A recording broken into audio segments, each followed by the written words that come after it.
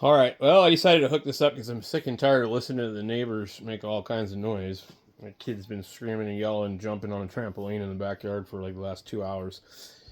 The Marantz, anyway, sounds great, but I'm going to hook this one up. And they will definitely hear it. Or at least I won't have to hear them. So this is a Yamaha a700. And this was made in, I think, 1984 or 5.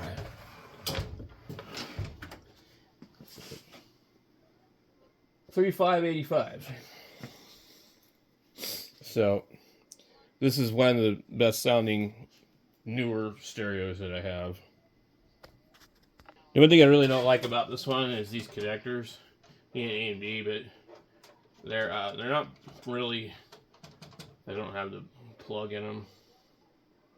They're almost as bad as the old Radio Shack ones. That's the left one, sorry.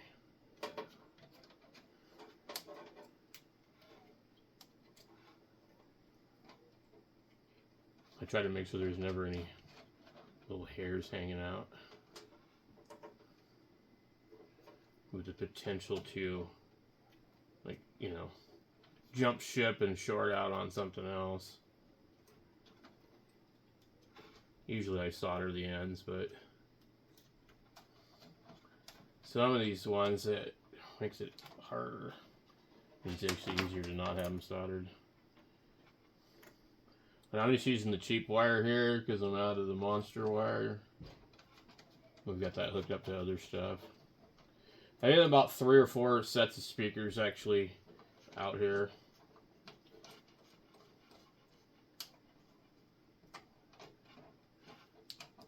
So this one here has Class A. Apparently it covers from 6 to 16 ohms. You got a tuner input, a DAD, which is digital audio device. And so this is kind of, I think the first CD player came out around this time period. So they knew that it was coming, so that's why they called it DAD. Auxiliary, tape playback, record out, tape playback, record out. And then you got phono, and this thing looks bent back here. So this thing came from the Goodwill outlet in Seattle, actually Everett, Washington, and it got banged around because they just throw them in these big, huge rolling bins, and the cord was cut off of it, and it's pretty heavy. If you like look inside of it, you'll see why. And we can see a lot of what's going on in it. It's a big giant U-shaped heat sink, and you have these giant Toshiba amplifier chips. I think they're actually transistors because it says 2SA133 and the other one is 2SC3370. I actually think one of them might be a regulator, but anyway, that's the power amplifier section right there. You can see a couple of other devices on the heatsink, and it's absolutely mirrored on each side. And then it comes around, so this is 2 channels. And you have really big cans in there and a big, huge power supply. And it's really heavy. So I think, so in that time period with these, they charged like by the pound. I don't remember what the price was. It was under $2 a pound that they would charge for electronics. And you would go up to the front and they would weigh whatever you had. And that's what you paid.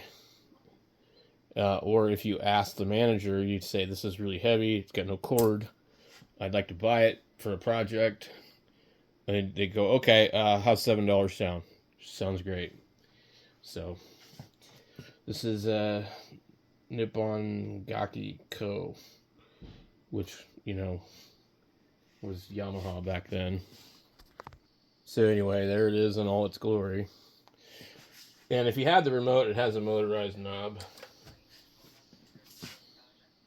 It usually makes the lights dim when you turn it on. Anyway. So now that I got all that hooked up, it's all nice and quiet outside. So, whatever.